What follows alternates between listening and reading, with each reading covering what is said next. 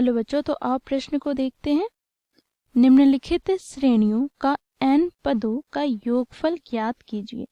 तो बच्चों देखो, यहाँ पर हमें श्रेणी दिए गए हैं 5 plus 55 plus 555 plus dot dot dot. ठीक है, तो इस दिए गए श्रेणी के n पदों का योगफल हमें ज्ञात करना है।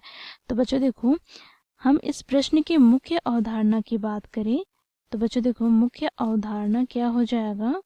मुख्य अवधारणा की बात करें तो बच्चों देखो, गुणोत्तर श्रेणी के n पदों का योगफल।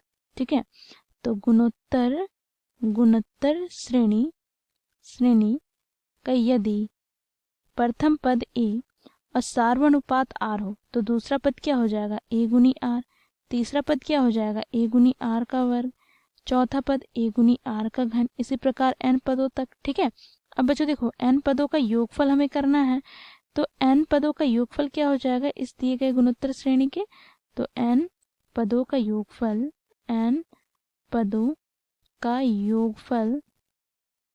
योगफल सार्वनुपात पर निर्भर करेगा। यदि r 1 से बड़ा हो तो क्या हो जाएगा योगफल। तो देखो, a गुनी r की घात n माइनस 1 बटे में r माइनस 1। यदि r 1 से छोटा हो तो बच्चों देखो, योगफल क्या हो जाएगा। तो योगफल ज्ञात करने का सूत्र हो जाएगा a गुनी 1 माइनस r की घात n बटे में 1 माइनस r। ठीक है, तो बच्चों देखो, इस दिए गए सूत्र का प्रयोग करके बच्चों हम दिए गए श्रेणी के n पदों का योगफल ज्ञात करेंगे, जिसे हम Sn से प्रदर्शित करेंगे। ठीक है, तो यहाँ पर बच्चों देखो, Sn बराबर क्या हो जाएगा। तो Sn बराबर हो जाएगा 5 plus 55 plus 555 plus dot dot dot plus n पदों तक। ठीक है, n पदों तक।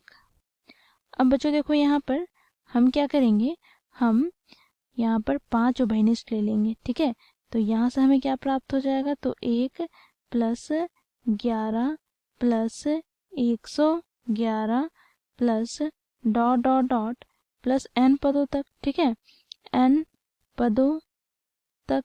अब बच्चों देखो, यहाँ पर हम क्या करेंगे।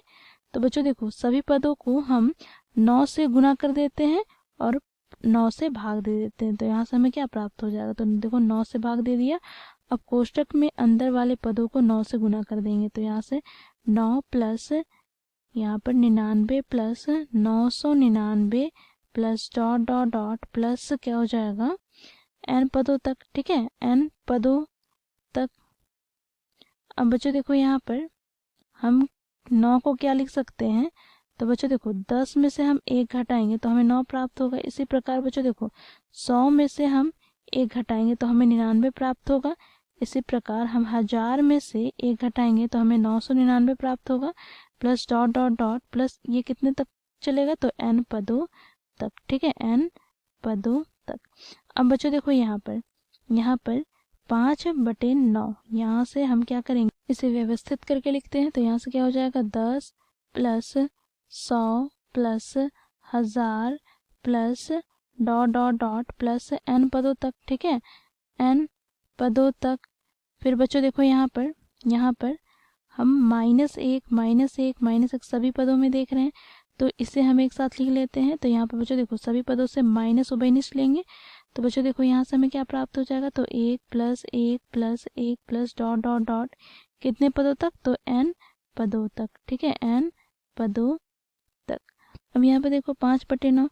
बच्चों इस श्रेणी को हम देखें तो बच्चों ये गुणोत्तर श्रेणी है, जिसका प्रथम पद क्या है।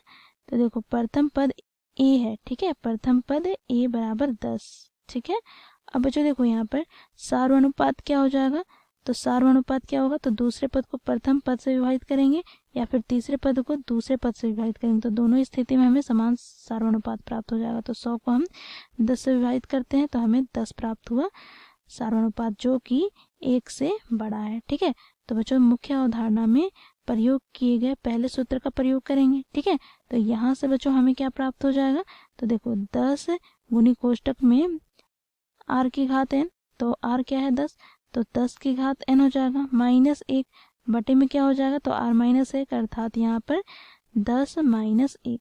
फिर माइनस यहाँ पर क्या हो जाएगा। तो देखो, 1 को n पद तक जोड़ा जा रहा है, 1 प्लस 1 प्लस 1 प्लस 1, इसी प्रकार n पदों तक। तो बच्चों इसका योगफल हमें n के बराबर प्राप्त हो जाएगा। सरल कर लेते हैं, तो Sn बराबर हमें प्राप्त हो जाएगा बच्चों, देखो Sn बराबर हमें प्राप्त हो जाएगा 5/9 गुनी कोष्टक में 10 गुनी 10 की घात n-1 बटे में 10 में घटाएंगे तो 9 माइनस यहाँ पर क्या हो जाएगा n। ठीक है, तो बच्चों देखो ये हो जाएगा हमारा दिए गए प्रश्न के n पदों तक का योगफल। आशा करती हूँ आप लोग को यह प्रश्न समझ में आया होगा। धन्यवाद।